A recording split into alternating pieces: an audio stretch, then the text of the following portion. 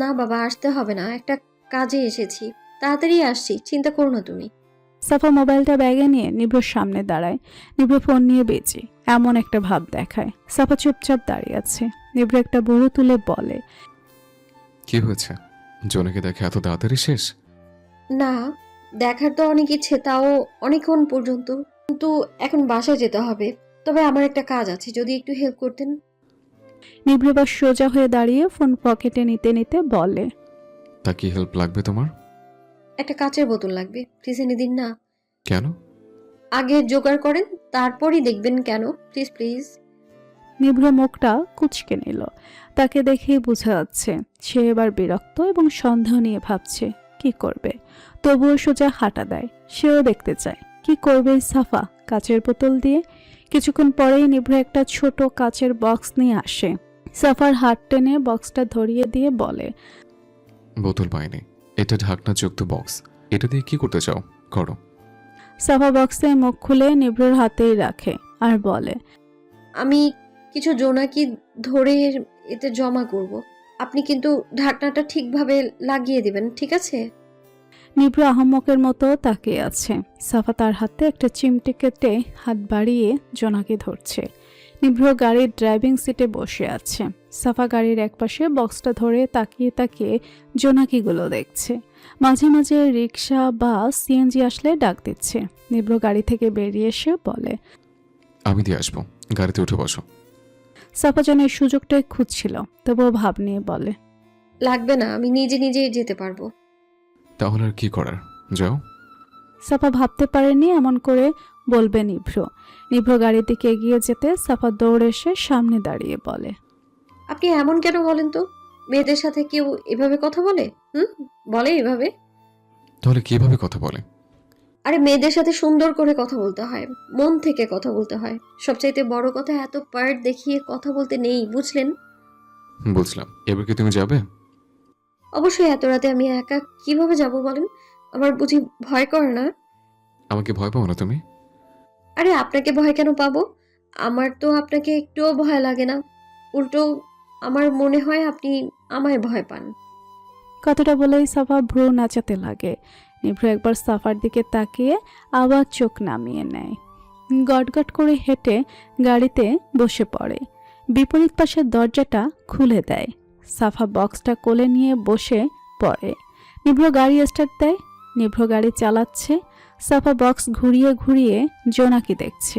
কিছুক্ষণ পরে নিভ্র সাফার দিকে তাকিয়ে অবাক হয়ে যায়। সে মনে মনে ভাবে, এত তাড়াতাড়ি ঘুমিয়ে গেল কিভাবে? নিভ্র গাড়ি থামায়। বক্সটা সাফার হাত থেকে নিয়ে গাড়ির পেছনে রাখে। ব্যাগটাও পেছনে রাখে, তা না হলে পড়ে যাবে। যত্নের সাথে সাফার উড়ন্ত ওড়নাটা ভালো করে গায়ে জড়িয়ে দেয়। জানালা দিয়ে হালকা বাতাস আসছে। নিভ্র অপলক সাফার দিকে তাকিয়ে আছে। সাফার মুখে উপর ছোট ছোট চুলগুলো এলোমেলো হয়ে পড়ে আছে। নিভ্র মনের বিরুদ্ধে গিয়ে সে চুলগুলোকে তার গাল থেকে সরিয়ে দিল। কানের একপাশে গুজে দিয়ে বিড়বিড় করে বলে, তুমি আমার কাছে আগুনের মতো। আগুন যেভাবে এসে জ্বালিয়ে দেয়, তুমিও জ্বালাচ্ছ। আর আগুন চলে গেলে যেমন পোড়া কয়লায় ধৌড়ে, তো চলে গেলে মনের অবস্থা ঠিক তেমন হয়। কেন? নিভ্র দীর্ঘশ্বাস নিয়ে গাড়ি চালায়। মাঝে মাঝে আর চোখে সাফাকে দেখে। আবার বাতাসে ওড়না উড়ে এলোমেলো হলে তা ঠিক করে দেয়। সাফার ঘরের সামনে গাড়ি থামায়। নিভ্র সাফাকে ডাকতে চাইছে না। মনের মাঝে যেন তার দুই সত্তা কাজ করছে। একটা বলছে এটা সাধারণ, একটা মেয়ে, এত দরদ দেখানোর কি আছে? না চাইতেও তার প্রতি যত্ন, দরদ হচ্ছে কেন? এটা নিভ্রর অজানা। আর একটা বলছে এটা একটা ভয়ঙ্কর অনুভূতি, যাই মেয়েই তোমার মনে জাগিয়েছে। নিভ্র দুই সত্তাকে উপেক্ষা করে সাফাকে ডাকে। সাফা, সাফা। সাফার এমন কঠিন ঘুম দেখে নিভ্র হতবাক। এত গভীর ঘুম কিভাবে, তাও এত কম সময়? নিভ্র সাফার ওড়নাটা হালকা নাড়ায়। সাফার সাথে সাথে ধরফড়িয়ে ওঠে। নিভ্রকে দেখে কিছুক্ষণ ভাবে সে, তারপর বলে, সরি, আসলে বেশি বাতাসে আমার ঘুম চলে আসে, তাই ঘুমিয়ে গিয়েছিলাম। আচ্ছা, ওকে, যাও, তোমার বাসা চলে এসছে। আপনাকে ধন্যবাদ পৌঁছে দেওয়ার জন্য। তুমি আবার ধন্যবাদও দিতে পারো? এভাবে বলেন কেন? নিভ্র জবাব দিল না, সামনের দিকে থাকায়। সাফা ঠাস করে গাড়ি থেকে বেরিয়ে ঠুস করে দরজাটা বন্ধ করে দেয়। জানালার কাছে মাথা দিয়ে বলে, আপনি কখনো বউ খুঁজে পাবেন না, বুঝলেন? বউ যদি পেতে চান, তিতা করলার মতো কথা বাদ দিয়ে মেয়েদের সাথে কিউট করে কথা বলতে শিখুন। বুঝলেন ডক্টর সাহেব? সাফা সোজা হেঁটে গেট দিয়ে ঢুকে যায়। নিভ্র মুস্কি হেসে তাকায় আর মনে মনে বলে, সত্যি পুরো কলের মতো ধোয়া উঠছে, কিন্তু কেন? নিভ্র নিজের বাসার সামনে দাঁড়িয়ে গাড়ি দাঁড় করিয়ে গাড়ি থেকে নামতে যাবে এমন সময় সাফার জোনাকির বক্সটা আর তার ব্যাগটা চোখে পড়ে। নিভ্র সেগুলো হাতে নিয়ে কিছুক্ষণ ভাবে কি করবে এগুলো। তারপরে এগুলো নিয়েই ঘরের দরজার সামনে দাঁড়ায়। রিং রিং কলিং বেল বাজার শব্দে রাফা কান খাড়া করে। তার দৃষ্টি এখনো টিভির দিকে। হাতের রিমোট টিপতেই আবার কলিং বেল বেজে উঠল। রাফা কিঞ্চিত বিরক্ত হলো। এদিক ওদিক তাকিয়ে কাজের লোকগুলোকে খুঁজল। না পেয়ে সে আরও রেগে গেল। বাসায় 5টা কাজের লোক, কিন্তু প্রয়োজনের সময় একটাও কাজে আসে না। সারাদিন এদিক ওদিক ছুটোছুটি। রাফা একরাশ বিরক্তি নিয়ে রিমোটটা টি টেবিলের উপর রাখলো। বড় বড় পা ফেলে দরজার সামনে দাঁড়ালো। পিতলের কাজ খচিত বিশাল দরজা। রাফা দরজার হ্যান্ডেল দুটিতে হাত রেখে টেনে তা খুলল। সামনের ব্যক্তিকে দেখে তার এত এত বিরক্তি আর রাগ নিমেষে উদাও হয়ে গেল। নিভ্র কানে ফোন নিয়ে কথা বলছে। তার এক হাতে সাফার জিনিসগুলো। রাফা অবাক হলো। নিভ্রর প্রতি তার যে আলাদা ফিলিংস আছে তা ভাই বোনের মতোই। আসল কথা, নিভ্র ভাইয়াকে রাফার খুব অদ্ভুত লাগে। তার সব সময় কার ইচ্ছে সে নিভ্রের সাথে 2 কাপ কফি খাতে বারান্দায় গল্প গুজব করবে, আর নিভ্র ভাইয়া উচ্চ শব্দে হেসে উঠবে। কিন্তু নিভ্র তেমন না। সে সবসময় এত গম্ভীর কেন হয়ে থাকে এটা তার জানা নেই। তবে তার নিভ্র ভাইয়াকে দারুণ লাগে। বান্ধবীরা যখন ডায়েরির ভাঁজে তার ভাইয়ার ছবি লুকিয়ে রাখে আর মাঝে মাঝে উকি ঝুঁকি দিয়ে দেখে, তখন তো তার ভালো লাগে। সবাই কিছুক্ষণ পর পর তার ভাইয়া সম্পর্কে জানতে চায়, আর সে মুড নিয়ে বলে, এখনও তো সময় নেই, আর ভাইয়া ইদানিং কাজে বিজি থাকে, তাই তার সাথে তেমন গল্প করা হয় না।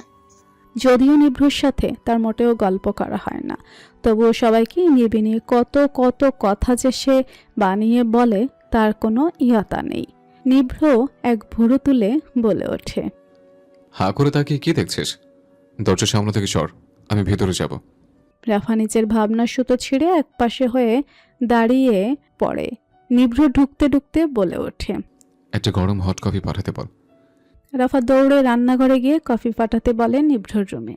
নিভ্র নিজের অ্যাফ্রনটা সোফায় মেলে দিয়ে জিনিসগুলো বেডরুমের চেয়ারের ওপর রাখতেই তার মনে হচ্ছে তার রুমে কেউ আছে।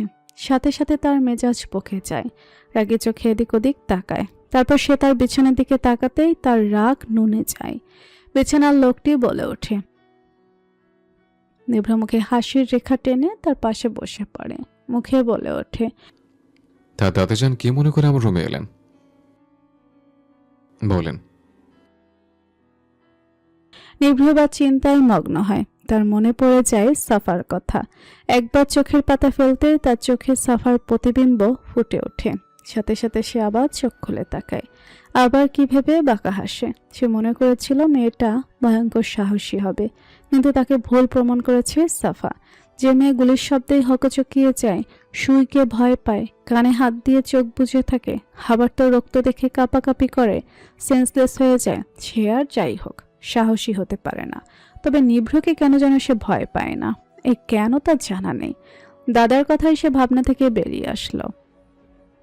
তেমন কেউ না, মারামারি করতে গিয়ে হাতাহাতি হয়েছে। It's not a big matter. তুমি বলো, কি খবর তোমার?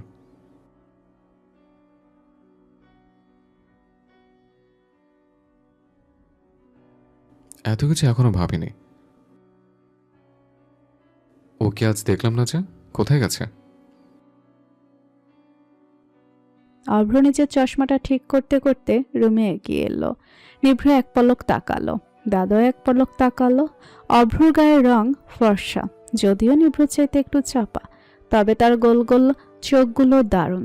যদিও এই দারুণ চোখ সে চশমার মাঝে ঢেকে রাখে। মুখে খোঁচা খোঁচা দাড়ি, চোখ কাড়া সুঠাম দেহ। নিভ্র যেমন হিট, সেও কম নয়। মেয়েরা যে রাজীবের ছেলে অভ্রনীল রাজীব চৌধুরী বলতে অজ্ঞান, এটা সবার জানা। মেয়েদের থেকে দূরে থাকে না, তবে প্রেমের পাড়ায় পড়তে চায় না বলেই মেয়েদের রিজেক্ট করে আসে। অভ্র একগাল হেসে নিভ্রর কাজ চাপড়ে বসে পড়ে। আবার হেসে বলে ওঠে, নে দেখে নে মনের মতো করে, কেমন লাগছে আমাকে বল। নিভ্র বড়ু জোড়া তুলে ঠোঁট কামড়ে হাসে। অভ্র এই হাসি দেখে বলে, ভাই তুই বেঁচে গেলি আমি ছেলে বলে, তা না হলে তোকে তুলে নিয়ে যেতাম। তার তুলনায় কি করতি? বিয়ে? তুই যে দিন দিন বলদ হয়ে যাচ্ছিস আমার জানা আছে। তুমি জেনো নাও দাদু, এ ছেলের কথাবার্তা আমার মোটেও সুবিধার মনে হচ্ছে না। শালা, তোকে যত ভালো ভাবি অতটাও ভালো না তুই। কথাটা বলেই অভ্র বালিশ দিয়ে মারা শুরু করে। মাহবুব হাসে, তার হাসির তালে ঝুলে পড়া গালটাও লড়ে লড়ে ওঠে। মনে মনে দোয়া করে এদের ভালোবাসায় যেন নজর না লাগে। চায়ের কাপে চুমুক দিতে দিতে অভ্র নিভ্রর দিকে তাকিয়ে বলে ওঠে, ভাই যে মেয়েটা আমার কোমর ভেঙেছে না, ও আমাকে পেন কিলারের দাম জিজ্ঞেস করছে। তা দামটা কত রে? নিভ্র চোখ বাঁকিয়ে তাকায়। ডান হাত দিয়ে সামনে আসা চুলগুলো সরিয়ে দিতে দিতে বলে ওঠে, মেয়েদের চক্করে পড়েছিস মনে হয়। মোটেও তেমন কিছু না, তবে মেয়েটা একটু ভিন্ন ধাঁজের বুঝলি। ইংলিশ নিয়ে তার ভয়ঙ্কর অবজেকশন, কি কি বলে সবই অদ্ভুত। বলে হেসে ওঠে অভ্র। নিভ্র কিছুক্ষণ তাকিয়ে থেকে ভাবনায় ডুব দেয়। সাফাও যে তাকে 5 টাকা দিতে চেয়েছে কথাটা ভেবে সে মৃদু ঠোঁট বাঁকায়। মুগ্ধ হয়ে সে চোখ বুজে সাফার কানে হাত দিয়ে চোখ বুজে দৃশ্যটা দেখে নেয়। জোনাকির আলোতে চকচক করা সে মুখ আর সেই টোল পড়া হাসি। চোখ বুজে হাসে নিভ্র। এবার সে কিছুক্ষণ চোখ বুজেই ছিল। ভালোই লাগছে তার, কেমন যেন স্নিগ্ধ অনুভূতি কাজ করছে। অভ্র নিজের ফোনটা পকেট থেকে বের করে ফোনটা অন করলো। গ্যালারিতে ঢুকতেই ক্যামেরা ফোল্ডারে একটা ঘুমন্ত মেয়ের ছবি ফুটে ওঠে। তাতে ক্লিক করতে তার সম্পূর্ণ স্ক্রিনে জুড়ে আসে। অভ্র অপলক তাকিয়ে দেখে সাফাকে টেবিলে মাথা ফেলে ঘুমাতে দেখে তখনই মনের অজান্তেই ছবিটা তুলে নিয়েছে সে। অভ্র কিছুক্ষণ তাকাতেই তার কেমন যেন লেগে ওঠে, তাই আবার মোবাইল পকেটে রেখে দেয়। নিভ্রর দিকে তাকিয়ে বলে ওঠে, নিচে যাচ্ছি, তুই তো কাজ ছাড়া যাবি না, থাক এখানে পড়ে। বলে বড় বড় পা ফেলে রুম থেকে বেরিয়ে যায়। নিভ্র কিছুক্ষণ তাকিয়ে থেকে বিছানায় চিত হয়ে শুয়ে পড়ে। সাফা তার বাবার সাথে বসে কথা বলছে। সে প্রচন্ড রেগে আছে। তার একটাই কথা, বাবা প্লিজ না গেলে হয় না? না মা, কেসটা অনেক ইম্পর্টেন্ট, তাই যেতেই হবে। আমি যদি পারতাম তাহলে কখনোই যেতে চাইতাম না। তুমি চিন্তা করো না, সাখাওয়াত খুবই ভালো মানুষ। যদিও তোমাকে সেই প্রথম দেখবে, তবে তোমাকে মেয়ের মতো রাখবে, তাই চিন্তার কারণ নেই। হলের জন্য অ্যাপ্লাই করেছো? না বাবা, কাল করে দিব। সাফা দীর্ঘশ্বাস নিল। চোখ তার পানি চিকচিক করছে। যে কোনো সময় এক ফোঁটা গড়িয়ে পড়তে পারে। তার বাবা সিলেটে পোস্টিং হয়েছে, তাই তাকে ঢাকা ছেড়ে যেতে হবে। কিন্তু সে চায় না বাবাকে ছাড়া থাকতে, তবে না চাইতে এখন তাকে থাকতে হবে।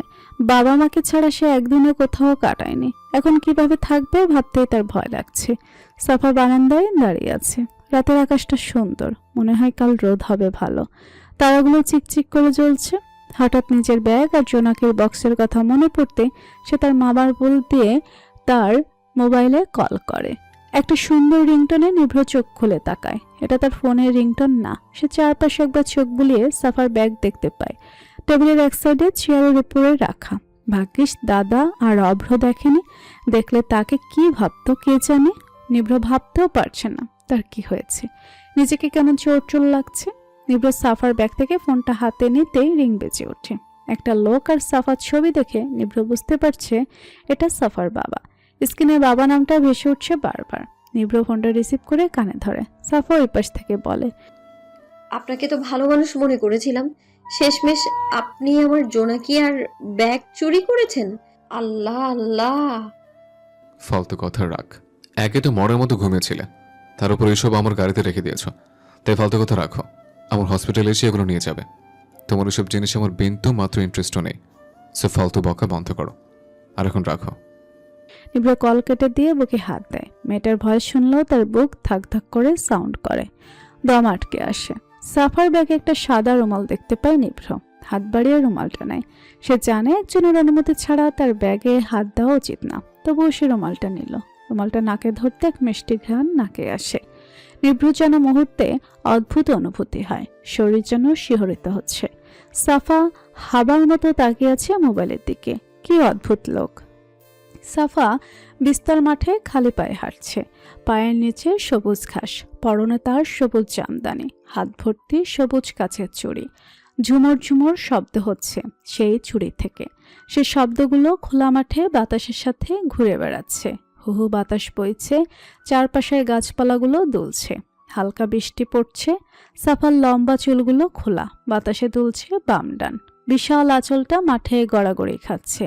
চোখ করা কাজল, ঠোঁট ছুঁয়ে আছে হাসি, গালের একপাশে সেই সুন্দর টোলটাও মুখে পড়ে আছে। ঘন পাপড়িতে পানির ফোঁটা জমা হচ্ছে শিশির কণার মতো। সাফা চোখ ছাপটানিতে শিশির কণা গাল ছুঁয়ে পড়ছে। হঠাৎ নিভ্র সামনে এসে দাঁড়ায়, হাতগুলো পেছনে। মনে হচ্ছে কিছু একটা আছে। সন্ধ্যাবেলা নিভ্রের মুখ তবুও উজ্জ্বল দেখা যাচ্ছে। ঠোঁট জোড়া প্রসারিত করে হাসছে। সাফা চকিতেই প্রশ্ন করে, এখানে কেন আপনি? আর হাতে কি? নিভ্র আবার হাসলো। সাফা চোখ মুখ কুচকে তাকালো। নিভ্র সাফাকে অবাক করে তার টোলটাতে একটা চুমু খেলো। সাফা বেক্কেল হয়ে দাঁড়িয়ে যায়। নিভ্র আবার হেসে হাত পিছন থেকে এনে একটা কাচের বক্স বের করে, আর বক্সটাতে জোনাকিত ভরা। সাফা অবাক হয়ে তাকিয়ে থাকে। নিভ্র বক্সটা নিচে রেখে সাফার হাত টেনে তাকে বসিয়ে দেয় সামনে, আর ওর এক হাত নিয়ে বক্সটা খুলে দেয়। সাথে সাথে জোনাকিগুলো উড়ে এসে সাফার হাতে গায়ে বসছে। তাদের আলোতে চারদিক আলোকিত হয়ে আছে। নিভ্র সাফার দিকে এসে হঠাৎ তাকে জড়িয়ে নেয়। নিভ্র হকচকে বালিশ থেকে মাথা তুলে বিছানায় বসে পড়ে। তার সারা শরীর ঘামে একাকার। বুকে হাত দিয়ে সে জোরে জোরে নিঃশ্বাস নেয়। দু হাতে চুলগুলো পিছনে নিয়ে টেনে ধরে রাখে। ডান হাত দিয়ে চোখ মুখ মুছতে শুরু করে। সে ভাবতে পারছে না সে কিভাবে এমন অদ্ভুত একটা স্বপ্ন দেখছে। স্বপ্নটা যেন তাকে নাড়িয়ে রেখে দিয়েছে। বুকে হাত দিয়ে বসে আছে নিভ্র। বুকটা তার ধুকপুক করে কাঁপছে, ধাক ধাক শব্দ করছে। নিভ্র কিছুতেই নিজেকে শান্ত করতে পারছে না। আপনার কফি। কারো মিষ্টি কণ্ঠে নিভ্র চকিতেই তার দিকে তাকায়, অবাক হয়ে বলে, তুমি আমার রুমে কিভাবে এলে? এমন একটা ভাব করছেন যেন আমি হাঁটতেই পারি না। পা যখন আছে তাহলে আমি হেঁটে আসতে পারি, বুঝলেন? সাফা, কথা ঘোরাবে না। একবার স্বপ্নে আবার এখন আমার রুমে এসে ডিস্টার্ব করছো, মানে কি এসবের? কেন বোঝেন না মনে কি? আর আপনি স্বপ্নেও আমায় দেখেন নাকি? তাহলে তো আপনি আমার প্রেমে পড়ে গেছেন। নিভ্র চোখ লাল করে তাকালো, রাগে চিৎকার করে বলে, এই পাগল মেয়ে, যাও এখান থেকে। আমি নিভ্র নীল কারো প্রেমে পড়তে পারি না, বুঝলে? আর মেয়ে জাতির তো ভুলেও না।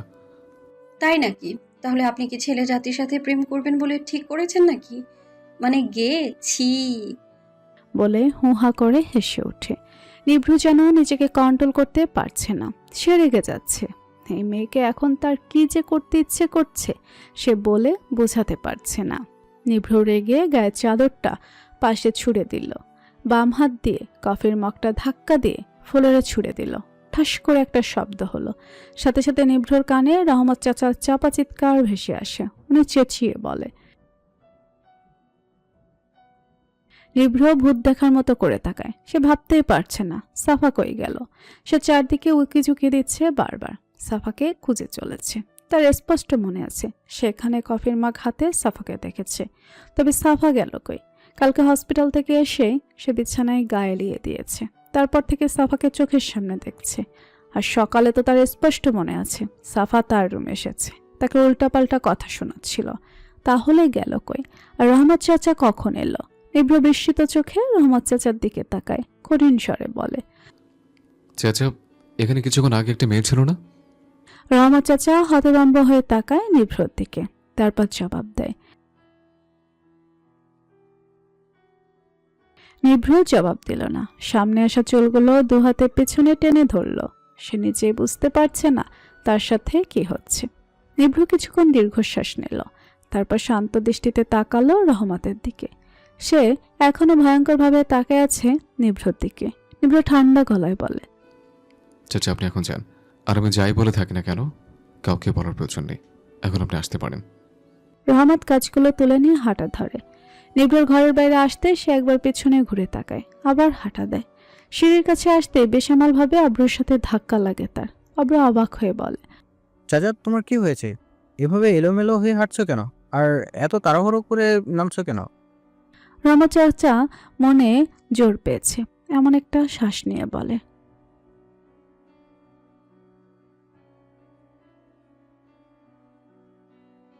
কি সব বলছো চাচা? এই যুগে এসেও এমন ফাউল কথা কিভাবে বলো তুমি? এখন আর আমরা ছোট নেই, বড় হয়েছি। তাই তোমার গল্পগুলো একটু আপডেট করো, বুঝলা চাচা? কথাটা বলেই অভ্র নিভ্রের রুমের দিকে এগিয়ে যায়। নিভ্র এখনো মাথায় হাত দিয়ে বসে আছে। তার মাথায় সত্যিই কিছু আসছে না। নিজের পাশে কারো অস্তিত্ব অনুভব করতে পেরে নিভ্র মাথা তুলে তাকালো। অভ্র নিভ্রর পাশে বসে দুষ্টু হাসি দিয়ে বলে, কিরে, তোকে নাকি ভূতে ধরেছে?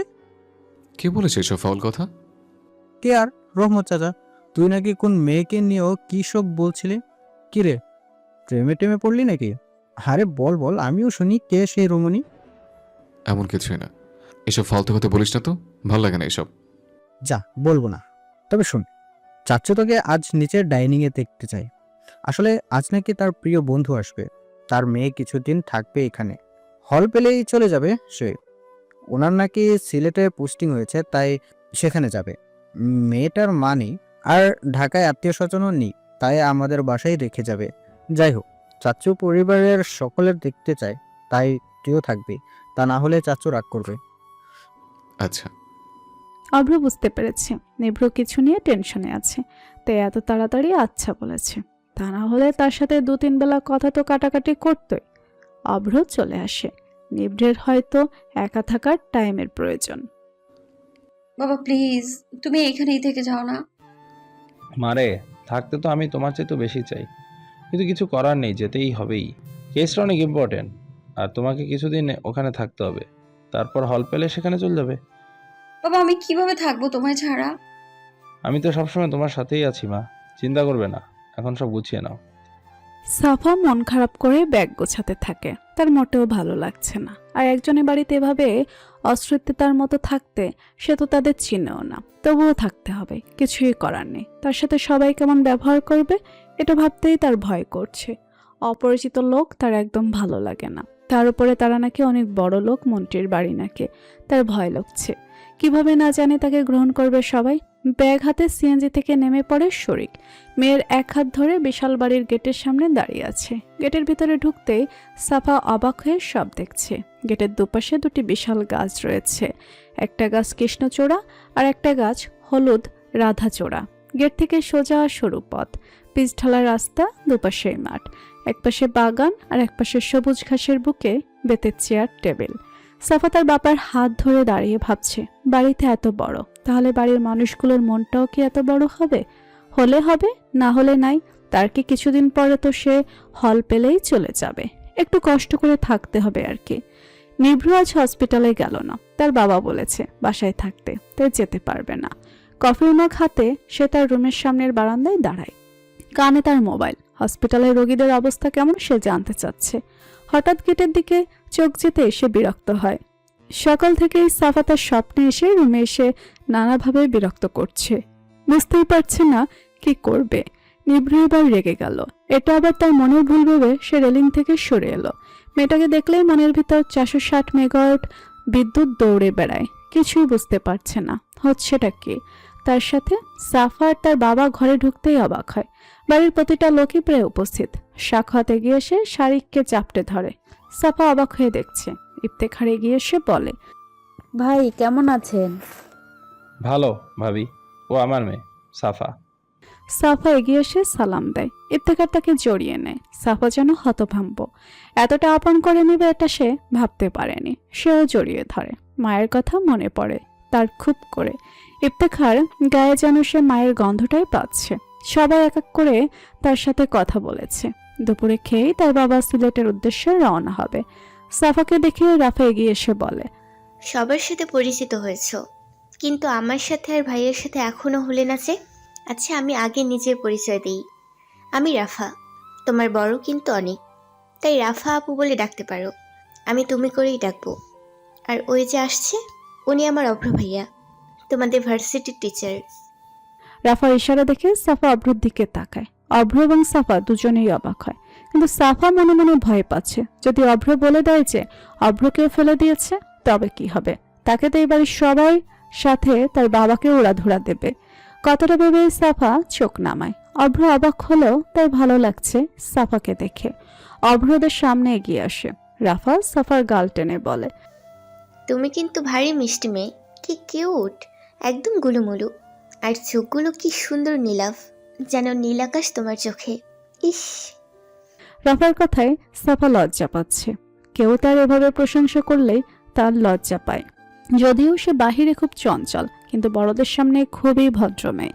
সাফা ভয়ে আছে, কখন না জানি তার কথা অভ্র বলে দেয়, আল্লাহ মালুম জানে। সাফা সরে আসতে চাইলে রাফা তাকে ধরে বলে, কোথায় যাচ্ছ? মিষ্টির দোকান। আমাদের সাথে তোমাকে থাকতে হবে, বুঝলা? আচ্ছা, আমাকে তোমার কেমন লেগেছে?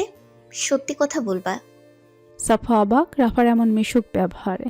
সে ভাবতে পারছে না বড় পরিবার এত সুন্দর হয়। তার এমন পরিবার ভালো লাগছে, সবাই কত আপন হয়ে থাকে, কি সুন্দর মিলেমিশে থাকে। সাফা জবাব দেয়, আপনিও খুব ভালো আপু, আমার অনেক ভালো লাগছে। আসলে আমি সবসময় একা থাকি, আপনাকে পেয়ে ভালো লাগছে আমার। যে কয়েকদিন থাকবো একজন ভালো আপু পেয়ে গেলাম আমি, ভালো হয়েছে না? ওয়াও, তোমার ভয়েসও তো খুব মিষ্টি। তোমাকে তো আমি সবসময় আমাদের বাসায় রেখে দেবো মিষ্টির দোকান। অভ্র তাকিয়ে দেখে মেয়েটা যেখানে যায় হাসির ভান্ডার নিয়ে হাজির হয়। ক্লাসেও সবাই হাসে ওর কথা শুনে। বাচ্চা মেয়ে। ইফতেখার এগিয়ে এসে বলে, রাফা, তোমার পাশে রুমটা সাফার, ওকে নিয়ে যাও, ফ্রেশ হয়ে আসুক, হাত মুখ ধুয়ে। কাকিমা, আমার রুমে মিষ্টির দোকান থাকলে কি হবে? ইফতেখার অবাক হয়ে বলে, মিষ্টির দোকানটাকে? এই বাচ্চা মেয়েটাই মিষ্টির দোকান। ইফতেখার মুস্কি হাসে। সাফা অবাক হয়ে দেখে এই হাসি সে কোথায় যেন দেখেছে, কার সাথে যেন খুব মিল আছে। সাফা অদ্ভুতভাবে দেখছে ইফতেখারের হাসিটা। ইফতেখার বলে, তোর সাথে ঘুমালে মেয়েটা আলু ভর্তা হয়ে যাবে, যেভাবে তুই ঝাপটে ধরস। থাক মা, ও আলাদা থাকুক। তাছাড়া ওরও হয়তো তো আলাদা থাকার অভ্যেস, বুঝলে? সাফা একবার বলতে চেয়েছে রাতে ঘুমাতে তার ভয় করে, যদিও মাঝে মাঝে তখন সে বাবার কাছে ঘুমায়। এখন কোথায় ঘুমাবে ভাবছে। আবার আলু ভর্তা হওয়ার কথা শুনে সে আর বলল না রাফার সাথে ঘুমানোর কথাটা। সাফা চুপ করে দাঁড়িয়ে আছে। অভ্র এগিয়ে এসে বলে, তুমি যে এত চুপ থাকতে পারো আমি জানতাম না। সাফা কথা না বাড়িয়ে বলে, দেখেন, আমি আপনাকে ফেলে দিয়েছি, এটা কিন্তু আপনি কাউকে বলবেন না। আমি কিন্তু অনেকবার সরি বলেছি, তাই আপনি যদি বলেন না তবে আমি কিন্তু। অভ্র হতভাগ। এখনো মনে আছে এই মেয়ের। সে সাফাকে একটু ভয় লাগাতে চায়, তাই বলে, বলে দিলে কি করবে শুনি? আবার ফেলে দিব। কথাটা বললেই সাফা মুখ ভেঙচি দিয়ে একপাশে হয়ে যায়। অভ্র হাসে। সিঁড়ির খটখট শব্দে সবাই তাকায় সিঁড়ির দিকে। সাফার মনোযোগ তার ব্যাগের দিকে। নিভ্র মোবাইলে কথা বলতে বলতে হাসছে।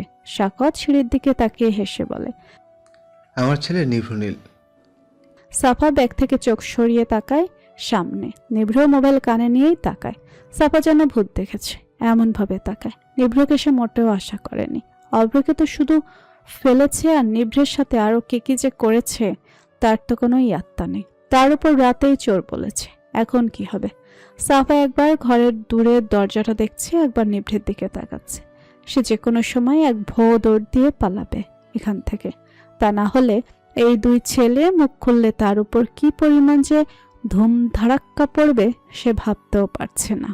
সাফা এক হাত পা করে করে পিছিয়ে যাচ্ছে। ভয়ে তার হাত পা কাঁপছে। নিভ্র সাফাকে দেখে এবার চরম হতবাক। তার মনে হচ্ছে তার সাথে অদ্ভুত কিছু একটা হচ্ছে, কিন্তু এই অদ্ভুত কিছুটা কি? নিভ্র মোবাইল পকেটে ঢুকিয়ে নেয়। সাফার দিকে তাকিয়ে থাকা অবস্থায় সে সিঁড়ি বেয়ে নামছে। তার এখনো বিশ্বাস হচ্ছে না এটা সাফা। সাফা প্রায় দরজার কাছে চলে এসেছে। আর কিছু পা গেলে মেইন দরজা। এখন সে ভাবছে হেঁটে হেঁটে পালাবে নাকি দৌড়ে পালাবে। নিভ্র সিঁড়ি দিয়ে নামতেই তার বাবা দাঁড়িয়ে বলে, নিভ্র, তোমার আঙ্কেল উনি। নিভ্র তাকালো। তাকিয়ে বুঝতে পারছে না এখন সে সাফার বাবাকেও দেখছে। আজিব, কি হচ্ছে তার সাথে? সাফার বাবা এগিয়ে এলো। নিভ্র সালাম দিল। নিভ্র সবাইকে দেখছে। সাখাওয়াতের একটু পাশ ঘেঁষে নিভ্র বলে, আব্বু, আমি এখানে একজন লোককে দেখতে পাচ্ছি, যাকে মাত্র সালাম দিলাম। তুমি কোনাকে দেখতে পাচ্ছ? ছেলের এমন কথায় সাখাওয়াত হতভম্ব হয়ে তাকায় তার দিকে। অদ্ভুত ভঙ্গিতে পা থেকে মাথা পর্যন্ত দেখে। নিভ্র কালো ট্রাউজারের উপর সাদা টি শার্ট পরেছে। তার মনে হচ্ছে তার ছেলে তো সুস্থ আছে, এমনকি সে উল্টো জামা কাপড়ও পরেনি। তবে এমন গাঁজাখড়ি টাইপের কথাবার্তা বলার মানে কি? সাখাওয়াত নিভ্রের আর একটু পাশ ঘেঁষে ফিসফিসিয়ে বলে, কিসব বলছো নিব্র? অবশ্যই আমি দেখছি, এবং সবাই দেখছে। ও আমার বন্ধু শারিক। তুমি আগে কখনো দেখোনি, এর মানে এই না যে তুমি বাচ্চাদের মতো। এখন আমি যা দেখি তুমি তা দেখো। এমন একটা খেলা খেলবে? তুমি কি অসুস্থ? না আপু, তেমন কিছু না। নিভ্র সাফার দিকে তাকালো। সে বুঝতে পারছে তার বাবার এই বন্ধুই সাফার বাবা। নিভ্র চোখ ছোট ছোট করে সাফার দিকে তাকালো। সাফার তো ভয়ে বুকের ভিতর ড্রাম পিটাচ্ছে মনে হচ্ছে, চেহারাটা কাদো কাদো হয়ে আছে। নিভ্র এবার অবাক হলো, সাফা এভাবে তাকিয়ে আছে কেন? নিভ্র তার বাবার দিকে ফিরে কিছু বলতে যাবে, তার আগে সাফা দৌড়ে এসে বলে, আরে অগ্রনীল না, আপনি জানেন আমি আপনার কত বড় ফ্যান। ও জানবেন কি করে? আপনার সাথে তো আমার তেমন একটা দেখাই হয়নি, তাই আমিই বলছি। হাই, আমি সাফা, বাবার মেয়ে। কথাগুলো দ্রুত গতিতে বলে ফেলে সাফা। নিভ্র হতভম্ব নয়নে তাকায়, মনে মনে ভাবে, কি বলে এমএ? কালকেও তো দেখা হয়েছে, বলে কিনা আমার ফ্যান। এমএ আর যাই হোক, আমার ফ্যান লিস্টে নাই। কি হয়েছে ওর? অসুস্থ নাকি? বাবার মেয়েটা আবার কেমন কথা? রাফা এগিয়ে এসে বলে, মিষ্টির দোকান, তুমিও ভাইয়ার ফ্যান? আর সব মেয়ে বাবার মেয়ে হয়, বুঝলে? তো অনেক অনেক বড় ফ্যান, একদম ডুবা ডুবা টাইপের ফ্যান। আর বাবার মেয়ে কথাটা এক্সাইটেড হয়ে বলে দিয়েছি। মেয়েরা তো ভাইয়ার ফ্যান হবে, এটা স্বাভাবিক। তুমিও সবার মতো। ভালো কথা। চাইলে সেলফি নিতে পারো, যদি ভাইয়া তুলতে দেয় আর কি। আরে না, লাগবে না। সাফা আনমনে কথাটা বলে। সবাই তার দিকে একবার চকিতেই তাকায়। সাফা জিভ কামড়ে বলে, আসলে পরে তুলবো, উনি তো ভয়ঙ্কর রাগী, যদি থাপ্পড় লাগিয়ে দেয়, তাই আর কি বলছিলাম। সবাই সাফার আমার কথা শুনে হেসে দেয়। অভ্র তাকিয়ে আছে নিভৃর দিকে। নিভৃ চোখের পাতাও ফেলছে না, এক দৃষ্টিতে তাকিয়ে আছে সাফার দিকে। অভ্র অবাক চোখে দেখছে। সে আগে কখনো নিভ্রকে মেয়েদের দিকে তাকিয়ে থাকতে দেখেনি। অভ্রের সন্দেহ হচ্ছে, কিন্তু সেই সন্দেহকে তেমন পাত্তা না দিয়ে সোফায় বসে। সাথে নিভ্রকেও টেনে বসিয়ে দেয়। সাফা দাঁত কটমট করছে। সাফার বাবা সাফাকে পাশে বসতে বলে, কিন্তু সাফা বসলো না। কথায় কথায় যদি এই দুই ভাই সব বলে দেয়, তখন তার কি হবে? সাফা রাফাকে বলে, আপু, আমাকে রুম দেখিয়ে দিবেন না? কেন নয়, চলো। সাফা রাফার সাথে হেঁটে হেঁটে সামনে এগিয়ে যায়। নিভ্র ঘুরে তাকায়, সাফাও তাকায়, চোখে চোখ পড়ে। সাফা চোখ সরিয়ে সামনে রাখে। রাফা প্রশ্ন করে, তা তুমি এবার কিসে পড়ো? যদিও আমি জানি কোন ভার্সিটিতে পড়ো, কিন্তু কিসে পড়ো তা জানি না। তাহলে বুঝবেন কি করে আমি আপনার ছোট? আরে, তোমাকে দেখে বোঝা যায় পিচ্ছি একটা মিষ্টির দোকান। সাফা মনে মনে একটু অবাক হয়, তবে গাল টানলে তার ভালো লাগে, তাই মিষ্টি একটা হাসি দিয়ে বলে, ফার্স্ট ইয়ারে। আর আপনি? তুমি তো আমার ভাবনার চাইতেও ছোট। আমি এবার মাস্টার্স করছি। এই তো রুমে চলে এসেছো। এটা তোমার রুম। রহমত চাচা, ব্যাগটা রেখে দেন, ফ্রেশ হয়ে নিচে এসো। আচ্ছা। সাফা বিছানায় চিত হয়ে শুয়ে পড়ে। বুকে হাত দিয়ে কিছুক্ষণ জোরে জোরে শ্বাস নেয়, তারপর বিড়বিড় করে বলে, এ বাড়িতে থাকাই ঝুঁকিপূর্ণ, বুঝলি সাফা? পালাতে হবে, কিন্তু পালিয়ে যাবোটা কই? হল ঠিক না হওয়া পর্যন্ত এইখানেই থাকতে হবে। তবে যদি দুই ভাই মুখ খুলে, তখন আমার কি হবে? তখন কি হবে তা না হয় পরে দেখা যাবে। আগে নিচে চলো, তখন আমি পালাতে সাহায্য করব। নিভ্র কণ্ঠ শুনে সাফা হুমড়ি খেয়ে উঠে বসে। ওড়নাটা গলা থেকে সামনে টেনে দেয়। দু তিনটা ঢোক গিলে চোখ বড় বড় করে তাকায়। ভয়ে গলা থেকে কথাই বের হচ্ছে না, নিঃশ্বাস দ্রুত চলছে। নিভ্র দুপা এগিয়ে সাফার সামনে দাঁড়িয়ে বলে, তা আমি কি এখনই সবাইকে বলে দেব যে তুমি আমার মাথা ফাটিয়েছ, নাকি পরে বলবো বলে উঠিয়ে রাখবো? বলো। দেখেন, আপনিও কিন্তু আমায় মেরেছেন। আমি কি এমনি এমনি মেরেছি নাকি? আর মারলেও সরি বাবা, এইগুলো কিছু জানে না, জানলে অনেক বকবে আমায়। ওকে মাফ করে দিলাম, বাসার কাউকে বলবো না। এত টেনশন করতে হবে না, তুমি নিজের বাসা মনে করেই থাকতে পারো। এই বাসার সবাই ভালো, তোমার ভালো লাগবে। এখন রিল্যাক্স হয়ে নিচে চলো, সবাই অপেক্ষা করছে। সাফা খুশিতে লাফিয়ে ওঠে। খুশি মাখা চকচকে চোখে তাকায় নিভ্রর দিকে। সাফার কি যেন বলে, হঠাৎ একটা অদ্ভুত কাণ্ড করে বসে সে। হুট করে সাফা দাঁড়িয়ে পড়ে। সাফা দুপা উঁচু করে নিভ্রকে জড়িয়ে ধরে, তার দু হাত নিভ্রর গলায়। নিভ্র মনে হচ্ছে তার সারা শরীরে বিদ্যুৎ দৌড়ে বেড়াচ্ছে, রঞ্জে রঞ্জে শিউরন খেলছে। দম যেন খিচে গেছে, শ্বাসরুদ্ধ হয়ে গেছে। বুকের ভেতর সে পিনপিনে ধাক ধাক শব্দটা হচ্ছে না। চোখগুলো কঠোর থেকে বেরিয়ে আসছে মনে হচ্ছে। নিভ্র সারা শরীর জুড়ে কাঁপুনি দিচ্ছে। সাফা হঠাৎ করে আবার ছেড়ে লজ্জিত ভঙ্গিতে মাথা নিচু করে দাঁড়িয়ে শীতল কণ্ঠে বলে, সরি, এক্সাইটেড হয়ে এমনটা করে ফেলেছি। বলেই সাফা একবার নিভ্রর দিকে লজ্জাজড়িত চোখে তাকায়। নিভ্র সেখানেই থমকায়। সাফা একপাশ হয়ে বেরিয়ে আসে। নিজের ঠোঁটে দাঁত চেপে উপরের ঠোঁটের সাথে দুই ঠোঁট লাগিয়ে হাসে। এই হাসিতে অন্যরকম স্নিগ্ধতা আছে। সাফা নিজের হাত কসলাতে শুরু করে। তার বুক ধাক ধাক করে অদ্ভুত শব্দ করছে। সেই শব্দে তার সম্পূর্ণ শরীর কাঁপছে। তার মনে এক কিশোরী খেলা করছে। মনে হচ্ছে মনের মাঝে নতুন আবেগ বাসা বাঁধছে। মনের মাঝে নতুন আবেগ বাসা বাঁধছে। এই আবেগ তাকে জ্বালিয়ে পুড়িয়ে ছাই করে দিবে। তবু এই আগুনের শিখায় সে জ্বলবে। নিভ্রর প্রতি তার এই আবেগ হঠাৎ করে জন্মে গেছে। কতদিন এই নিভ্রর সাথে দেখা হয়েছে, কিন্তু এই অদ্ভুত ভয়ঙ্কর অনুভূতি আগে কখনো হয়নি। সে কি নাম দেবে এই অনুভূতির ভেবে পাচ্ছে না। সাফা মনে মনে ভাবে, গত মাসেই তো 18 কোঠা শেষ করে সে 19-এ পা দিয়েছে। তবে তার মনে কেন নতুন কোঠে 18-র জন্ম হচ্ছে, কেন সে 18 জোয়ারে ভাসছে, সে মনে মনে আওড়াতে লাগে। তার মোটেও এক্সাইটমেন্টে নিভ্রকে জড়িয়ে ধরা উচিত হয়নি, কিন্তু সে যখনই খুব খুশি হয়, চিন্তামুক্ত হয়, তখনই খুশির ঠেলায় সামনের ব্যক্তিকে এভাবে জড়িয়ে ধরে। তার এই জীবনে সে প্রথম কোনো পুরুষকে এভাবে জড়িয়ে নিয়েছে। তার 18 প্রথম পুরুষ নিভ্র, যে কিনা আজ হুট করেই তার দুষ্টুমিষ্ট জীবনে নতুন করে এক ভয়ঙ্কর আবেগ জাগিয়ে দিয়েছে। হঠাৎ কারোর সাথে ধাক্কা লাগায় সাফার সামনে তাকায়। রাফা দাঁড়িয়ে আছে তার পাশে। অভ্র অবাক হয়ে সাফার লজ্জায় লাল হওয়া গাল দেখছে। এই প্রথম সে এমন লজ্জারাঙা হতে দেখেছে এই মেয়েকে। তাই তার মনে এক ফুলকি আবেগ দোলা খাচ্ছে।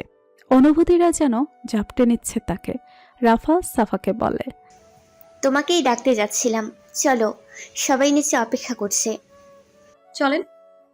সাফা আর রাফা হেঁটে যাচ্ছে। অভ্র তাকিয়ে দেখছে। মনে মনে একবার পেছনে ফিরে দেখার অনুরোধ করছে, কিন্তু সাফা তার মনের কথা শুনল না।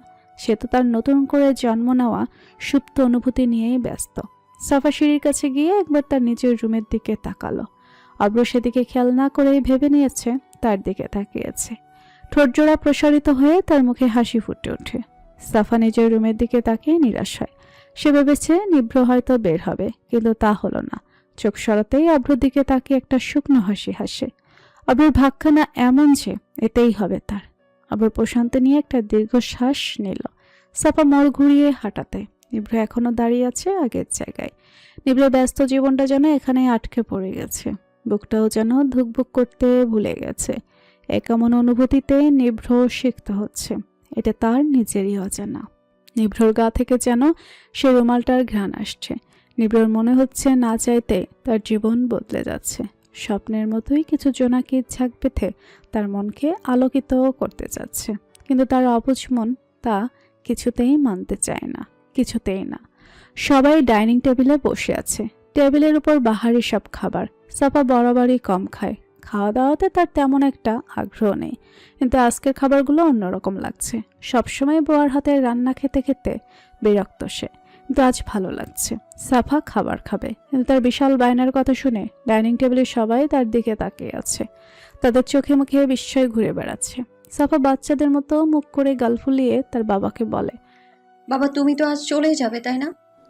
শারিক মাঝা ঝাঁকিয়ে উত্তর দেয়, যাবো তো। তাহলে আমাকে তোমার হাতে খাইয়ে দিতে হবে, তা না হলে আমি যেতে দিব না। আচ্ছা দিব, এমনিও তো রাতে তুমি আমার হাতে খাও, আজ না হয় দিনেই খাইয়ে দিই। সবাই নিজেদের খাবার খাওয়া ছেড়ে দিয়ে সাফার খাওয়া দেখছে। সবাইকে দেখে মনে হচ্ছে এখানে হিট সিনেমা চলছে। তবে সেদিকে সাফার বা তার বাবার বিন্দুমাত্র মনোযোগ নেই। তারা তাদের কাজ করছে। সাফা আর চোখে এবার নিভ্রকে দেখে। সাথে সাথে দুজনের চোখ এক হয়। সাফা চোখ নামিয়ে নেয়। সে মনে মনে অনুতপ্ত। তার লজ্জা লাগছে। মনে মনে ঠিক করে নিভ্রের সামনেই পড়বে না, আর নিভ্র থেকে দূরে দূরে থাকবে। সাফা অনেকক্ষণ থেকে ইফতেখারকে খুঁজছে। এবার মুখ খুলে বলে, আন্টিকে দেখছি না যে। মোহনা এগিয়ে এসে বলে, তুমি কি আমাকে খুঁজছো মা? না আন্টি, ওই সুন্দরী আন্টি আছে না, ওনাকে। সাফার কথায় সবাই চুপ করে যায়। সবার মুখে কালো মেঘের আনাগোনা চলছে। নিভ্র চোয়াল শক্ত করে সাফার দিক থেকে চোখ সরিয়ে নেয়। সবাই একবার নিভ্রর দিকে তাকায়, আবার খাবারের দিকে। মোহনা নীরবতা ভেঙে বলে, উনি ওপরে আসবে মা, তুমি খাও।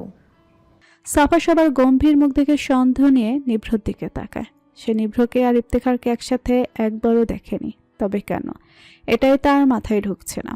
নিভ্রর মাকে এটাও সে এখনো জানেন না। সাফা তার বাবাকে জড়িয়ে দাঁড়িয়ে আছে। মাহবুব আর তার পরিবারের মনে হচ্ছে সাফাকে তার বাবা বিদায় দিচ্ছে, তাও শ্বশুর বাড়ি পাঠাচ্ছে।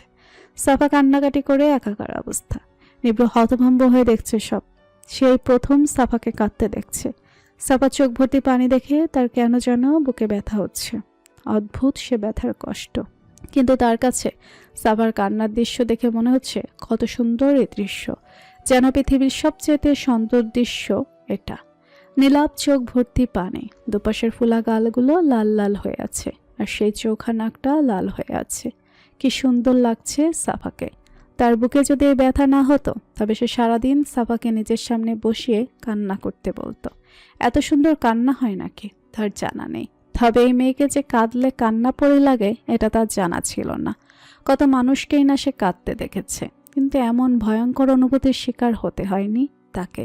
তবে কেন যে তার সাথে এসব হচ্ছে নিভৃত জানা নেই। সাফাকে এভাবে দেখে কারোরই ভালো লাগছে না। এই কয়েক ঘন্টায় সাফাকে সবাই হাসতে দেখেছে, তখন সবারই ভালো লেগেছে, কিন্তু এখন আর ভালো লাগছে না। শারিক মেয়ের মাথায় হাত বুলিয়ে কপালে একটা চুমু আঁকে, তারপর ব্যাগ হাতে বেরিয়ে যায়। দরজার বাইরে গিয়ে কয়েক ফোঁটা চোখের পানি ফেলে। এর প্রথম মেয়েকে ছাড়া তাকে থাকতে হবে। ভাবতে কষ্টে তার বুক ছিঁড়ে যাচ্ছে। মেয়েরা তো বাবার কলিজা হয়, এদেরকে কখনো একজন বাবা বোঝা মনে করতে পারে না, কারণ মেয়ে বিদায়ের সময়টাই বাবার আসল ভালোবাসার প্রকাশ ঘটে। তারা যেন মেয়েকে না নিজের কলিজা ছিঁড়ে দিয়ে দেয়। শারিকের কষ্টের মাধ্যমে ভিন্ন হলেও কষ্ট একই লাগছে। স্ত্রী মরার পরে মেয়েকে দুহাতে আগলে রেখেছে সে, এভাবে একা রেখে যেতে ইচ্ছে করছে না। ইফতেখার সাফাকে জড়িয়ে সোফায় বসে আছে। নিভ্র সিঁড়ির পাশে দাঁড়িয়ে সে দৃশ্য দেখছে। বুড়িগুলো সে কুচকে রেখেছে। ইফতেখারকে সে মোটেও পছন্দ করে না, মা হিসেবেই বেশি অপছন্দ তার। সাফাকে এমন আদর দিয়ে জড়িয়ে ধরতে দেখে তার কেন যেন বিরক্তি কাজ করছে। ইচ্ছে করছে সাফাকে একটানে নিজের কাছে নিয়ে আসতে, কিন্তু সে এমনটা করতে পারছে না বলেই তার বেশি বিরক্তি লাগছে। অভ্র টিভির রুম থেকে সব দেখছে, মনে তার এক হারানোর ভয় জাগছে। অদ্ভুত কষ্ট হচ্ছে, কিন্তু কেন? সাফা রান্নাঘরে উকিঝুঁকি দিচ্ছে। তাকে এখন কোনো অংশেই খাবার চোরের চাইতে কম মনে হচ্ছে না, যদিও খাবার চুরি করার বিন্দুমাত্র ইচ্ছে তার নেই। সাফা নিজেকে সম্পূর্ণ দরজার দিকে আড়াল করে মাথা কাত করে রান্নাঘর পর্যবেক্ষণ করছে। এত বড় রান্নাঘর সে আগে কখনো দেখেনি। রান্নাঘরের একপাশে মোহনা আর একপাশে ইফতেখার কাজ করছে। ইফতেখার রান্না করছে আর মোহনা সবজি কাটাকাটি করছে। সাফা রান্নাও পারে না, তবুও সে রান্নাঘরে এসেছে। একা একা থাকতে ভালো লাগছে না। রাফা কোথায় যেন গেছে, সাফা জানে না। সাফা এবার মাথা ঘুরিয়ে নিবে এমন সময় ইফতেখার বলে, টুকটুকির মতো উকিঝুঁকি না দিয়ে এদিকে চলে এসো মিষ্টির দোকান। সাফা চকিতেই তাকায়। ঠাস ঠাস পা ফেলে এক প্রকার লাফিয়ে ইফতেখারের পাশে দাঁড়ায়। ইফতেখার মুস্কি হাসে, সাফাও দাঁত বের করে হাসে। সাফা বলে, আপনি আমাকে দেখলেন কি করে? রান্নাঘরটাই একমাত্র মহিলাদের ঘর, বুঝলে? তাই এখানে একটা ফুলের পাপড়ি উড়ে আসলেও টের পাওয়া বড় ব্যাপার না। একা থাকতে ভালো লাগে না মা। সাফা মাথা ছাকায়, যার অর্থ হ্যাঁ। ইফতেখার হেসে এক হাতে জড়িয়ে নেয়। মোহনা গাল টেনে দেয় আর বলে, রাফা ঠিক নামকরণ করেছে, মিষ্টির দোকান একটা। সাফা লজ্জা পায়, মাথা নিচু করে। ইফতেখার আবার মুস্কি হাসে। সাফা এবার বুঝতে পেরেছে এই হাসি কোথায় দেখেছে। এটা তো নিভ্রনীলের হাসির কার্বন কপি। সাফা বুঝতে পেরেছে ইফতেখারই নিভ্রনীলের মা, তাই একটু হেসে বলে, আপনার হাসি একদম আপনার ছেলের মতো। ইফতেখারের মনে চাপা কষ্ট জন্মায়। সেই কষ্ট দেখা না গেলেও সাফা দেখে। তুই কিছুক্ষণ তাকিয়ে থাকে। ইফতেখার মুখে হাসি টেনে বলে, ও আমার মতোই দেখতে হয়েছে, শুধু নাক আর চুলগুলো তার বাবার মতো, আর চোখগুলো ভিন্ন দাজের। ওর চোখ দেখে তো ছোটবেলায় কেউ মানতেই চাইতো না এটা আসল নাকি নকল। ওর দাদি তখন বলতো এটা আসলেই, কিন্তু তবুও কেউ কেউ দ্বিমত পোষণ করত। তখন নিভ্র চোখে হাত দিয়ে কান্না করত আর আদো আদো গলায় বলতো এটা আতল, আতল, আতল। বলেই দৌড় লাগাতো। আর কেউ গাল টানলেও রাগে মনে হয় চোখ মুখ লাল হয়ে যেত। গালে 2 হাত দিয়ে সে বড়দের, বিশেষ করে মেয়েদের সামনে ঘুরতো। বাচ্চা থেকে সে রাগী আর জিদ্দি। তবে তোমার চোখটাও খুব সুন্দর, একদম নীলাভ আকাশ। সাফা এক দৃষ্টিতে তাকিয়ে সে হাসি দেখে। অসাধারণ সে হাসি। বয়স তো কম হবে না, তবুও কত সুন্দর লাগছে মহিলাটাকে। সাফা অবাক তার এই রূপ দেখে।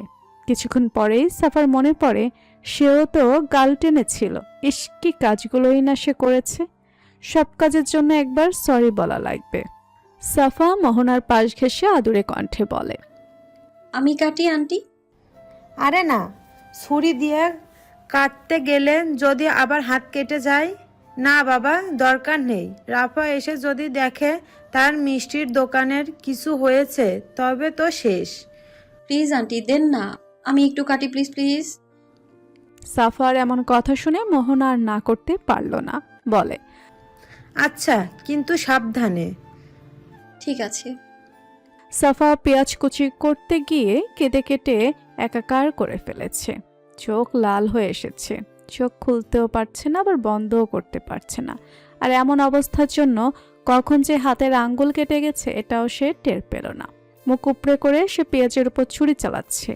ইফতেখার আর মোহনা অন্য কাজে বেঁচি। সাফার মনে হচ্ছে তার হাতে খুব জ্বালা করছে, কিন্তু সে নিচের দিকে তাকাতে পারছে না। ইফতেখার ঘুরে তাকাতে আল্লাহ! বলে মৃদু চিৎকার করে। সাথে সাথে মোহনা এগিয়ে এসে দেখে এই অবস্থা। ইফতেখার সাফার আঙ্গুল চেপে ধরে, তার চোখ হাত দিয়ে মুছে দেয়, তাকে সামনের রুমে নিয়ে আসে। সাফার তো এবার খুব জ্বালা করছে। জানার পরে মনে হয় জ্বালাটা দ্বিগুণ হয়ে গেছে। সাফাকে সোফায় বসানো হয়েছে। ইফতেখার উত্তেজিত হয়ে বলে, তুমি কেন কাটতে গেলে মা? পারো না যা তা আগে শিখতে হয়, তারপরেই করতে হয়। তুমিও না। নিভ্র মাত্র হসপিটাল থেকে এসেছে। দরজা দিয়ে ঢুকতে ইফতেখার আর মোহনাকে সোফা ঘিরে দাঁড়িয়ে থাকতে দেখে সে পাশ দিয়ে যাচ্ছিল। হঠাৎ মাঝে বসে থাকা সাফাকে কান্না জড়িত অবস্থায় দেখে সে থমকালো। দুপা এগিয়ে আসলো, এসে নিচের দিকে তাকিয়ে অবাক হয়। সাফার হাতের রক্ত ফ্লোরে পড়ে একটা বাজে অবস্থা হয়ে আছে। নিভ্র জানে সাফার রক্তে ফোবিয়া আছে। সাফা বলে, আমি পারি আন্টি, কিন্তু পেঁয়াজগুলো ভালো না বুঝলেন, তা না হলে আমাকে এত কাটতে হতো না। তার আগে নিভ্র এগিয়ে এসে হাঁটু গেড়ে বসে সাফার সামনে। নিভ্রর এমন কাণ্ডে সাফা থ মেরে তাকিয়ে থাকে। নিভ্রের সেদিকে তেমন পাত্তা নেই। উত্তেজিত গলায় বলে, সবসময় ফাজলামি করতে তোমার ভালো লাগে না? সব কিছু লিমিট থাকে, কিন্তু তোমার কেয়ারলেসের কোনো লিমিট নেই। ফাসিল মেয়ে একটা। নিজের প্রতি যত্নবান হও। তুমি কি 2 বছরের বাচ্চা নাকি? ফাউল মেয়ে। ময়না, ফার্স্ট এড বক্স নিয়ে আয় তাড়াতাড়ি, হারি আপ। সাফা সহ বাড়ির সবাই হতভম্ব নজরে দেখছে। ইফতেখারের তো চোখ বড় বড় হয়ে গেছে। সেই পর্যন্ত এতটা উত্তেজিত হয়ে রোগী দেখতে দেখেনি নিভ্রকে। দুই চাই অবাক হয়ে একজন আরেকজনের মুখ দেখছে। সাফা নিভ্রকে দেখছে। এলোমেলো চুলে মাথা নিচু করে সাফার হাতের দিকে তাকিয়ে আছে। নিভ্র সাফার হাতটা টেনে নিজের কাছে নিয়ে নেয়। সাফা অপলকভাবে দেখছে তাকে। সাদা শার্ট, কালো প্যান্টে শার্টের হাতা ভাঁজ করা, ডান হাতে অ্যাফ্রন আর স্টেথোস্কোপ। ঘামে শরীর ভিজে আছে। সাফা মনে মনে বলে, লোকটা একটু বেশি সুন্দর। এত সুন্দর হওয়ার মানে হয় কোনো? না, হয় না। কি দরকার এত সুন্দর হওয়ার? এই সুন্দর তাকে একটু নাড়াতে পারেনি, কিন্তু এই বুকের ধুকভুকানির শব্দটা তাকে নাড়িয়েছে। যখন নিভৃর বুকে মাথা রেখেছিল তখনই কাঁপিয়েছে তাকে। ভয়ঙ্করভাবে আহত হয়েছে সে। 2 হৃৎপিণ্ডের শব্দ এক হওয়াতে এই অনুভূতি তাকে ছুঁয়েছে। ইস, কি একটা অনুভূতি ছিল। সাফা চোখ বুজে নিঃশ্বাস নেয়। ময়না এগিয়ে এসে বক্স দেয়। নিভ্র যত্নের সাথে স্যাবলন তুলে লাগিয়ে সাফার কাটা হাতে লাগায়। সাফার একটা চাপা চিৎকার কানে আসে। উহ! সাফা নিচের দিকে তাকাতে চায়। নিভ্র শাসনের সুরে বলে, নিচে তাকাবে না, তোমাকে কি আমি একবারও তাকাতে বলেছি? না বলিনি, তাই তাকাবে না। আর আপনি ওর মাথা চেপে ধরুন তো। ফসিল মেয়ে, যা বলবো তার বিপরীতটাই করবে। ইফতেখার যেন নিজের কানকেই বিশ্বাস করতে পারছে না। তার ছেলে আজ এত বছর পরে তার সাথে কথা বলেছে। ব্যাপারটা সত্যিই তার কাছে খুবই আনন্দের। খুশিতে তার মুখ চকচক করে ওঠে। এগিয়ে এসে সাফার মাথা চাপড়ে ধরে যাতে তাকাতে না পারে। নিভ্র যত্নের সাথে সাফার হাতে ওষুধ লাগিয়ে দেয়, জ্বালা যাতে না করে, তাই মাঝে মাঝে ফু দিয়ে দিচ্ছে। বাড়ির কাজের লোক সহ সবাই অবাক। অভ্র 2 তলার সিঁড়ির কাছে দাঁড়িয়ে আছে। প্রথম থেকে সে তার মা আর কাকির কথা শুনে রুম থেকে এগিয়ে এসেছে। সাফাকে এভাবে দেখে তার ভয় হয়। তাড়াতাড়ি এগিয়ে আসতেই নিভ্র তার আগেই এগিয়ে গেছে। তো সিঁড়িতেই দাঁড়িয়ে পড়ে। বুকে হাত দিয়ে দ্রুত পায়ে হেঁটে নিজের রুমে চলে যায় অভ্র। দরজাটা বন্ধ করে জোরে জোরে শ্বাস নেয়। না চাইতেও চোখ দিয়ে গড়গড় করে পানির ফোঁটা গাল বেয়ে গড়িয়ে পড়ে। অভ্র 2 হাতে নিজের চোখ মুছে নেয়। আবার পানিতে গাল ভরে ওঠে। অভ্র আয়নার সামনে দাঁড়িয়ে পড়ে। নিচের দিকে একবার তাকায়। লাল লাল চোখের দিকে একদৃষ্টিতে তাকিয়ে থাকে কিছুক্ষণ। নিজে নিজেই আবার বলে, এত আবেগ কবে থেকে জন্মে গেছে তোর উপর? তুই তো এমন ছিলি না, তবে এখন কেন? কোনো নিব্রের প্রতি তোর জেলাসি কাজ করছে সাফার জন্য? তবে কি এটাই প্রথম ভালোবাসা? তবে কি এটাই সেই ভয়ঙ্কর অনুভূতি? তবে কি আমি প্রেমে পড়েছি? অভ্র বিছানায় বসে পড়ে। মাথায় হাত দিয়ে নিচের দিকে তাকায়। নিভ্রর কথা মনে হতে সে উঠে দাঁড়ায়। তার ভাই তাকে অনেক ভালোবাসে। এমনকি সেও একটা মেয়ের জন্য ভাইয়ের ভালোবাসায় কখনো ফাটল ধরবে না, কখনোই না। কথাগুলো নিজের মনে বিড়বিড় করে অভ্র, আর পায়চারি করছে। ইফতেখারের মনে প্রশ্ন জাগে, শুধু তার না, উপস্থিত সবার মনেই জাগে। কিন্তু কেউ সেই প্রশ্ন করার সাহস পায় না। নিভ্র দাঁড়িয়ে পড়ে। তার এত সময় এখন হুঁশ আসে। সাফার দিকে তাকিয়ে দেখে সে একদৃষ্টিতে তাকিয়ে আসছে তার দিকে। নিভ্র বুঝতে পারে উত্তেজিত হয়ে সবার মনে প্রশ্নের জন্ম দিয়েছে। কিন্তু এখন সে কি উত্তর দিবে? সাফার প্রতি এই অধিক যত্ন কেন? এত কেন কষ্ট লাগে সাফার কষ্ট হলে? কেন সাফা আশেপাশে থাকলে পৃথিবীটা অন্যরকম লাগে? সে নিজেই জানে না এর উত্তর কি। নিভ্র সাফার চোখের দিকে তাকায়। সাফা চোখ নামিয়ে নেয়। নিভ্র নিজের থেকে সবাইকে উদ্দেশ্য করে বলে, এভাবে তাকিয়ে থাকার কি আছে? যে যার কাজে যাও। ডাক্তার হিসেবে রোগীকে দেখা আমার কাজ নাকি তোমাদের? নিভ্রর এমন সাজালো কথায় সবাই মাথা নিচু করে। নিভ্র আবার বলে, এইভাবে না থেকে যাও। আর তুমি, মেডিসিন দিয়ে দিচ্ছে, টাইম টু টাইম মেডিসিন নেবে, ক্ষত তাড়াতাড়ি শুকিয়ে যাবে। কিছুটা সামনে গিয়ে আবার সাফার দিকে তাকিয়ে বলে, দুষ্টমির বয়স আর নেই, তো এগুলো বাদ দাও। যা পারো না তা করা দরকার কি? বাসাকে লোকের অভাব পড়েছে, সত্য সব। বলে গটগট করে পা ফেলে সিঁড়ি বেয়ে উঠে পড়ে। তার মনে হচ্ছে আর বেশিক্ষণ থাকলে সে আরও উল্টোপাল্টা কাজ করে ফেলতে পারে। তাই সাফার থেকে দূরে থাকাই ভালো। মেয়েটা তাকে এভাবে যন্ত্রণার মুখে ফেলে দিচ্ছে কেন? ইফতেখার মনে হচ্ছে এরা আগে থেকেই পূর্ব পরিচিত, কিন্তু প্রশ্নটা করলো না। সাফাকে দাঁড় করিয়ে বলে, ও এমনই, কিছু মনে করবে না, বুঝলে? চলো রুমে। সাফা নিজের বিছানায় চিত হয়ে শুয়ে পড়ে। তার মনে প্রজাপতিরা ডানা ঝাপটে উড়ে বেড়াচ্ছে। মনের মাঝে সুপ্ত খুশিরা মুখে ফুটে উঠেছে। তার কি হচ্ছে তা জানা নেই, তবে সে প্রেম নামের ভয়ঙ্কর রোগে আক্রান্ত। আর সে জানে এই রোগের মেডিসিনও ডাক্তার সাহেবের কাছে আছে। আবার মনে হচ্ছে আছে তো। সাফা নিজের কাটা হাতে চুমু খায়। তার মনে হচ্ছে সে নিভৃর স্পর্শগুলো ঠোঁটে ছোঁয়াচ্ছে। 2 হাত দুপাশে রাখে, চোখ রাখে শূন্যে। অনুভূতি মিশ্রিত নিঃশ্বাস নিচ্ছে সে। মন বলছে উড়ে বেড়াতে, চিৎকার করে বলতে সে প্রেমে পড়েছে। আবার মনে মনে নিজের এমন কথাগুলো নিয়ে হাসে। সত্যি কি প্রেমে পড়লে সবাই পাগল হয়ে যায়? তা নিজেকে কেমন মাতাল মাতাল লাগছে। এই মাতালতাই নিজেকে খুঁজে পাচ্ছে না। হঠাৎ করে এই হাতটা আবার চোখের সামনে রাখে। তার কাছে আজ অর্থহীন সবে প্রেম মনে হচ্ছে। তার মনে হচ্ছে এই ব্যান্ডেজেও প্রেম লুকিয়ে আছে। আছে নিভ্র সেই ছোঁয়া। তার সবকিছু উলট পালট লাগছে। হঠাৎ করে সাফা উঠে বসে। মনে মনে ভাবে, নিভ্র তো সব দিকেই পারফেক্ট, আর সে, তাকে তো নিভ্র মোটেও পছন্দ করে না। তবে কি হবে তার? প্রথম থেকেই এত ঝগড়া করার কি ছিল সাফা? নিজেকে নিজেই বকে সাফা। আবার বলে নিভ্রলীল বলতে 1000 মেয়ে হাজির হয়। এই 1000 মেয়ের মাঝে আমি এমনিই হারিয়ে যাব। তখন কি উনি খুঁজে নেবে আমাকে? না তো। তবে আমার এই অনুভূতির কি হবে? সাফা আর ভাবতে পারছে না। সে আবার চিত হয়ে শুয়ে পড়ে, চোখ বুজে নিঃশ্বাস নেয়, কাটা হাতটা বুকে রাখে। অদ্ভুত এক প্রশান্তি কাজ করছে তার মাঝে, আর মনের মাঝে এক জ্বালা হচ্ছে তার। নিভ্র নিজের রুমে বসে আছে, মাথাটা ঝিম ধরে আছে। সে কি করছে না করছে সবে তার মাথার উপর দিয়ে যাচ্ছে। নিভ্র বেড টেবিল থেকে মোবাইলটা নিয়ে নিল, নিজের টেলিফোন কল দিল।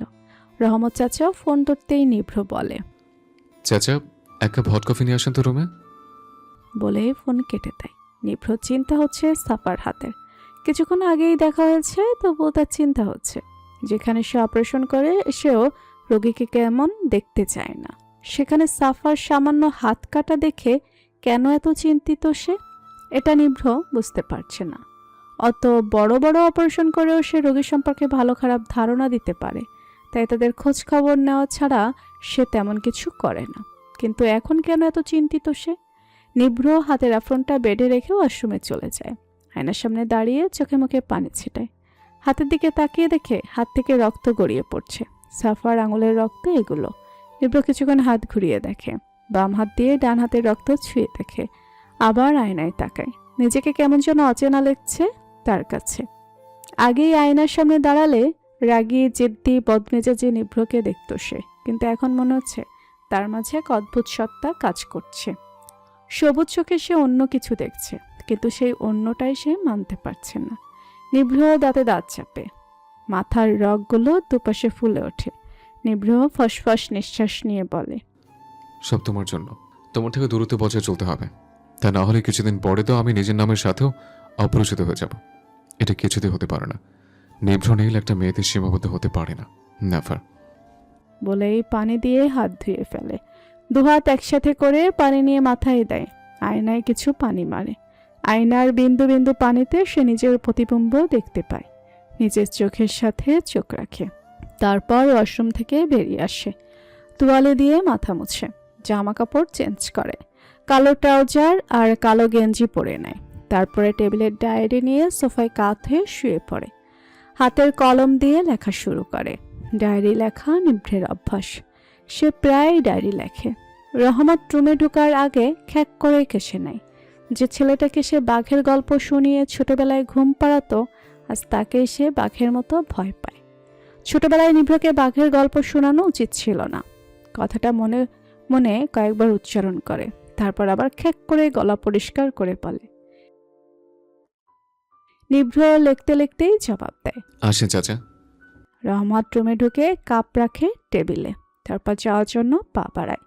নিভ্র মাথা উঁচিয়ে বলে, চাচা এটা তোমার প্রথম ভুল, তাই মাফ করে দিলাম।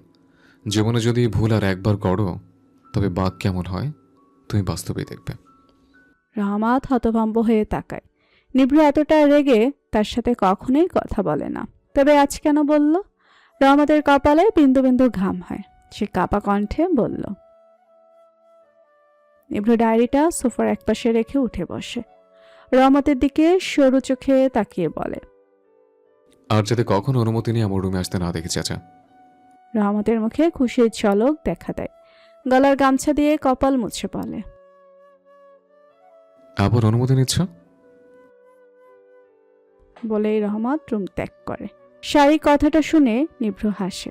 নিঃশব্দে সে হাসি আবার মুখে মিলিয়ে যায়। রুমের দরজাটা ঠেলে ভিতরে ঢুকে পড়ে রাফা। সাফা বিছানায় এখন আগের মতো চিত হয়ে শুয়ে আছে। দরজার শব্দ পেয়ে হকচটিয়ে উঠে বসে রাফাকে দেখে মিষ্টি করে হাসে। রাফা এগিয়ে এসে চিন্তিত ভঙ্গিতে সাফার পাশে বসে। একদিন এই মেয়েটাকে সে খুব ভালোবেসে ফেলেছে।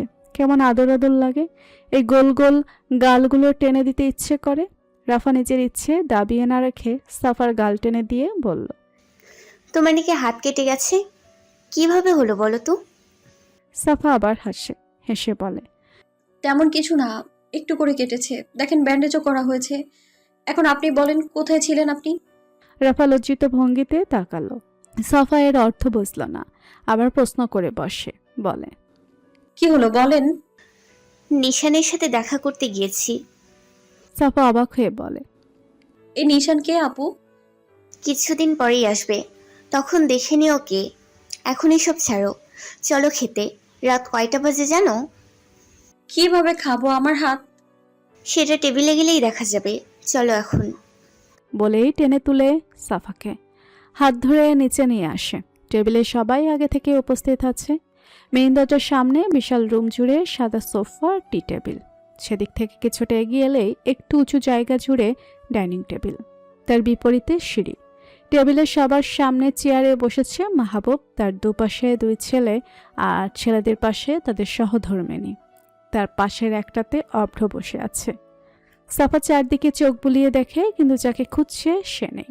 সাফার নীলাভ চোখ নিভ্রকে খুঁজছে, কিন্তু সে তো জানে না নিভ্র সবার সাথে খুব একটা খাওয়া দাওয়া করে না। সাফা টেবিলের সামনে দাঁড়ায়, তাকে দেখে অভ্র আর চোখে তার দিকে তাকায়। ইফতেখার চেয়ার ছেড়ে উঠে দাঁড়ায়। মাহবুব বলে, দাদুমণি নাকি আজ হাত কেটেছ? তুমি আর কখনো রান্না করে যাবে না। আর ছোট বৌমা, ওকে খাইয়ে দাও, ডান হাত কেটেছে মনে হয়। বসো দাদুমণি। সাফা অবাক হয়। সবার এত সুন্দর মিষ্টি ব্যবহারে তার জানা মতে বড়লোক মানুষের মন অনেক ছোট, কিন্তু এদের দেখে তার মনে হচ্ছে কাউকে না দেখে না জেনে আগেই তার সম্পর্কে মতামত দেওয়া একদম বোকামি। ইফতেখার প্লেটে ভাত চিকেন নেয়। সাফার বাবা আগেই বলেছে সে গরু গোস্ত খায় না, সাথে কোনো প্রজাতির মাছও। এটা শুনে সবাই একবেলা অবাক হয়েছে। ইফতেখার সাফার পাশে বসে। সাফার মন খুশিতে বাকবাকুম করে ওঠে, মুখে প্রচণ্ড বেগে হাসি ছুটে বেড়ায়। সাফা দ্রুত চেয়ারে বসে পড়ে। ইফতেখার তাকে লোকমা তুলে মুখে দেয়। সাফা মুখে নিয়ে চিবাতে গিয়ে গলায় বাঁধে। খুক খুক করে কেসে ওঠে। অভ্র পানি এগিয়ে দেয়। সবাই ব্যস্ত হয়ে পড়ে। সাফার পাশে মোহনা ছিল, মাথায় হাত বুলিয়ে দেয় সে, পানি খাইয়ে দেয়। সাফা হঠাৎ করে হুক করে কেঁদে দেয়। সবাই একবেলা ভয় পেয়ে যায়। অভ্র নিজের চেয়ার ছেড়ে এ পাশে আসতে নেয়।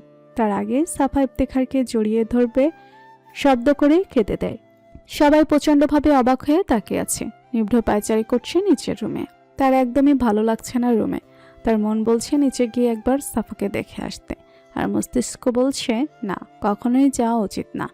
নিভ্র দোটানায় আছে। নিভ্র এবার একটা দীর্ঘশ্বাস নিয়ে নিজে নিজেকে বলে, রোগী দেখে ডাক্তারের কর্তব্য। সাফা যেহেতু রোগী, তাই তাকে দেখতে যাওয়া উচিত নিভ্র। এটা তোর কর্তব্য। নিভ্র বোকার মতো নিজের মস্তিষ্ককে একটা ভিত্তিহীন যুক্তি দিয়ে রাজি করাচ্ছে, যেখানে সে নিজেই জানে নিভ্রনীল অপারেশন করেও রোগীর ভালো অবস্থা দেখলে তাকে দ্বিতীয়বার দেখতে চায় না। সেখানে সামান্য হাত কাটা দেখতে মাসুর হার্ট সার্জন নিভ্রনীল এতটা হাঁসফাঁস করছে। নিভ্র হাঁটা দেয়। সিঁড়ি দিয়ে নামতেই নিভ্র সাফার কান্নার আওয়াজ শুনতে পায়। সে দ্রুত গতিতে এগিয়ে আসে। ইফতেখারকে জড়িয়ে সাফাকে কাঁদতে দেখে। নিভ্র থমকায়। মেয়েটার কি হয়েছে ভেবে সে দ্রুত এগিয়ে এসে সাফার পাশে দাঁড়ায়। উত্তেজিত হয়ে বলে, আবার কি হলো? ব্যথা পেয়েছ? কোথায় পেয়েছ? তুমি কি কখনই শুধরাবে না? কবে সিরিয়াস হবে? What happened? Tell me something টাফার।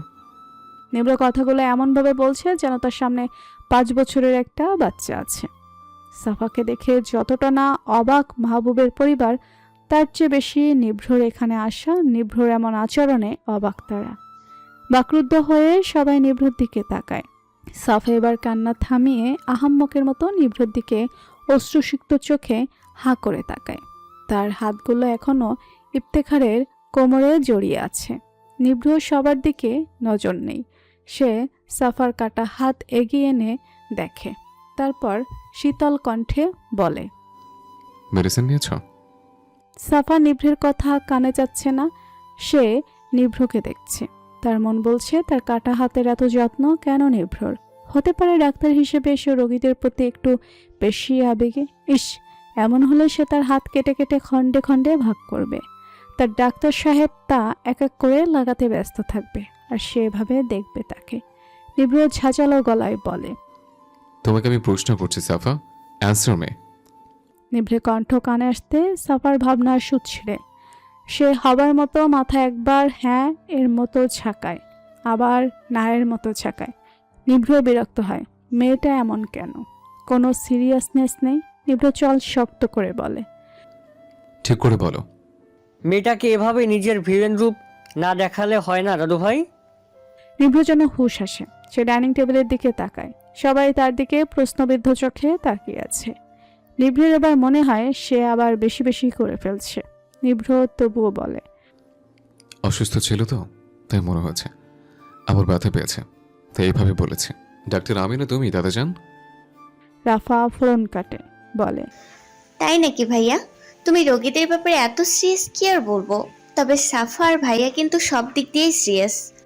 তাই যেহেতু তুমি তার পেশেন্ট বর্তমানে, তাই তোমাকেও সিরিয়াস থাকতে হবে। কি বলো ভাইয়া, তাই না?